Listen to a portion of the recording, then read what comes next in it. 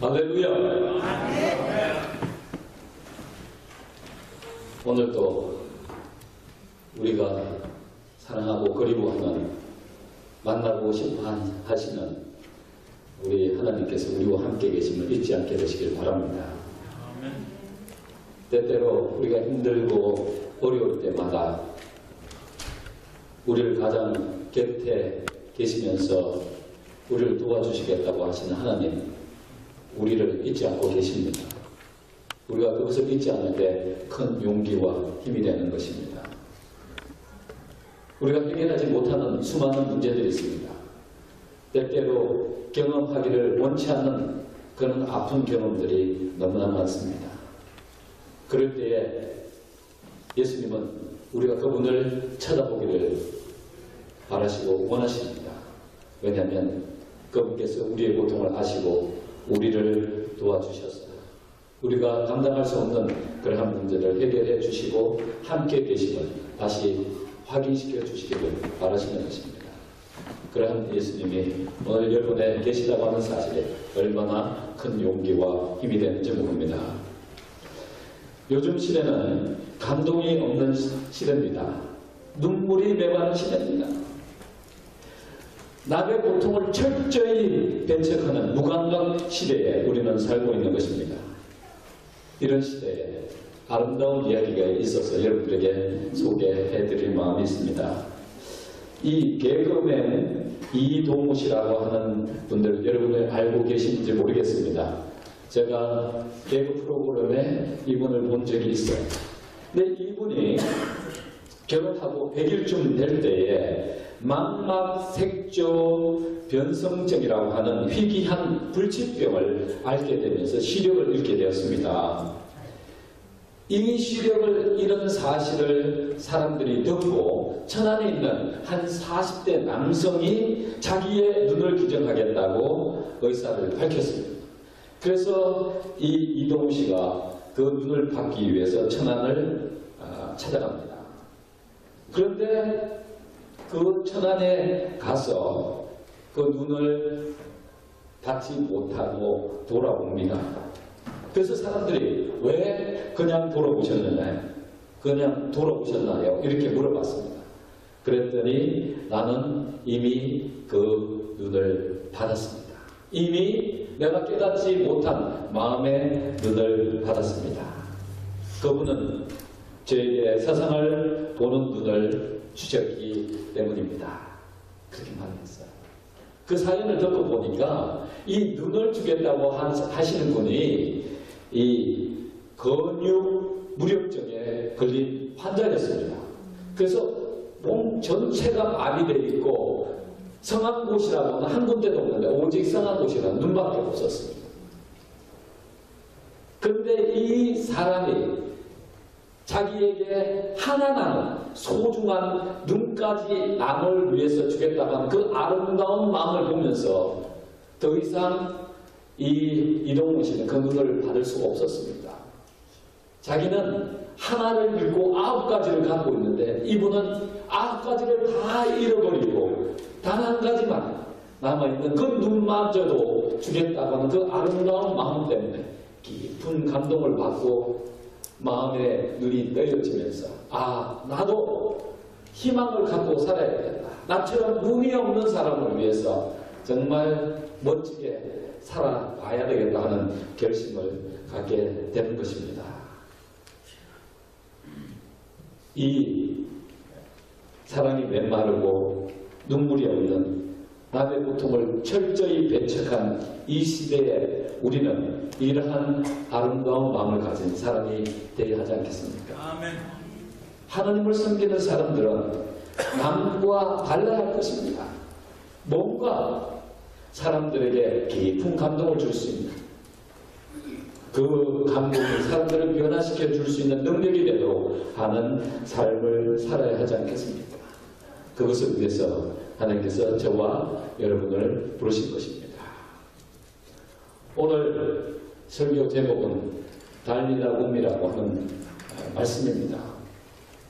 마가복음 5장에 보면 한 세 사건이 나옵니다. 첫 번째는 그라사 왕인에 대한 이야기, 두 번째는 혈류증 앓는 여자에 대한 이야기, 세 번째는 야이로에 대한 이야기가 나옵니다. 회당장 야이로에 대한 이야기가 나옵니다. 이 이야기를 읽어보면요, 예수님께서 이 갈릴리 바다에서 사역하실 때에 이 가버나움이라고 하는 이쪽 서쪽 지역에서 봉사하시다가 특별한 이유 때문에 이 그라사라고 하는 곳으로 배를 타고 가게 되십니다. 마가복음 4장에 보면 이 배를 타고 가시다가 큰 광풍을 만납니다. 그 광풍 때문에 제자들이 죽게 되었는데 그곳에 계신 예수님을 통하여 또 한 번의 기적을 경험하게 되는 것입니다. 예수님과 함께 있으면 이 세상에 어떠한 어려움이 올지라도 그분께서 넉넉하게 해결해 주신다고 하는 사실, 이 천연의 대자연이 인간이 감당할 수 없는 재난이 온다 할지라도 예수님이 우리와 함께 계시면 안전하다고 하는 사실을 교훈으로 경험하게 하셨습니다. 그 경험이 있었던 후에 이제 그라사에 도착하게 되면서 이 굉장한 귀신이 들립니다. 여러분, 귀신 들린다고 하는 것은 참으로 무서운 일입니다. 자기가 자기의 주인이 아니에요. 귀신이 그 사람의 주인이 돼서 그 사람을 얼마나 괴롭히고 힘들게 하는지 모릅니다. 그런데 이 귀신 때문에 고통당하는 이 광인을 하나님께서, 예수님께서 자유를 얻게 하시고 귀신으로부터 해방되게 하십니다. 여러분, 우리가 그 사건에 대한 이야기를 잘 알고 있듯이 그 귀신들이 돼지에게로 들어가게 해달라고 이야기합니다. 그때 돼지에게로 들어갔던 귀신들이 얼마나 됐어요? 몇 명인지 모르시죠? 2,000이나 넘는 돼지들이 귀신이 들어감으로 인해서 물속에 빠져 죽습니다. 대사건이 일어나죠. 여러분, 귀신이요, 한 귀신이 들어오는 게 아닙니다.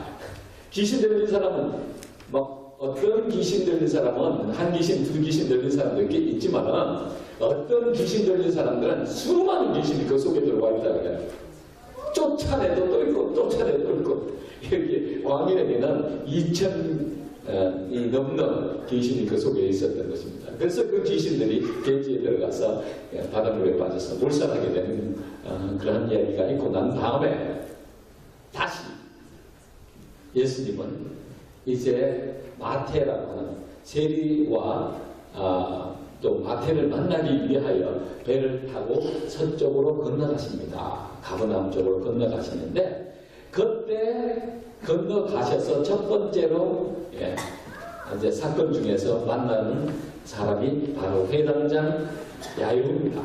야이로. 그래서 보면 여기서 그라사에서 다시 가버나움 쪽으로 마태의 집으로 가기 위해서 그 배를 타고 건너가신 후에 이제 회당장 야이로를 만나게 되는 것입니다. 이 오늘 본문에 보면 12살 먹은 아이가 다시 살아난 부활의 기적 이야기가 소개되고 있습니다. 죽음이라고 하는 것은 나이를 초월합니다. 나이 많은 노인이든 아니면 어른이든 청년이든 아이든 상관없이 이 죽음은 찾아오는 것입니다. 12살 먹은 소녀가 죽은 그 현장에 예수님께서 다가오셔서 한마디 말씀을 하십니다. 달리다고. 이 말은 아람어인데요. 아람어인데 사람들이 흔히 사용하는 그러한 알려진 말이었습니다. 상당히 보편적인 말이었습니다. 이게 언제 쓰느냐면요, 이 아이들, 티네이저들이요, 티네이저가 되면 아침에 잘 일어나지 못합니다. 아침에 깨워야 해요. 그래서 부모들이 아이들을 향하여 달리다고, 얘들아 일어나라, 얘들아 일어나라고 하는 그런 보편적인 말을 사용합니다. 달리다고 하는 말은요, 뛰어간다, 달려간다는 말이 아닙니다. 리턴, 작은 미천한, 불쌍한, 연약한 것들, 이런 뜻을 가지고 있습니다. 작은 아이야, 달리다. 라는 작은 아이야. 작은 아이야. little child. 그런 이야기입니다. 굶은 일어나라, 일어나라 하는 이야기입니다. 달리다 굶이라는 말은 사랑하는 아이야, 일어나라. 사랑하는 아이야, 일어나라. 그때 그 아이가 벌떡 일어납니다. 새로운 삶이 시작되는 기적의 순간입니다. 일어날 수 없던 사람이 일어나는 기적을 경험하는 아름다운 순간입니다. 사랑하는 성도 여러분, 오늘 우리가 살고 있는 시대는 절망의 시대입니다. 고통의 시대입니다. 불안의 시대입니다. 미래를 알 수 없는 그러한 시대입니다. 다시 일어날 기력조차도 없는 그러한 연약한 시대에 우리가 살고 있는 것입니다. 우리에게 필요한 것은 기적입니다. 달리라고 하시는 예수님의 음성을 들을 필요가 있는 시대인 것입니다. 아멘. 사랑하는 아이야, 일어나라. 사랑하는 아이야, 일어나라. 이 말씀을 듣는 수많은 사람들이 기적을 맛보면서 부활을 경험하게 되는 것입니다. 소생케하는 경험, 다시 변화되는 축복을 경험하는 경험, 이러한 것들이 바로 오늘 이러한 시대에 사는 우리에게 절실히 필요하지 않겠습니까? 오늘 우리를 향하여 예수님께서 달리다kum하십니다.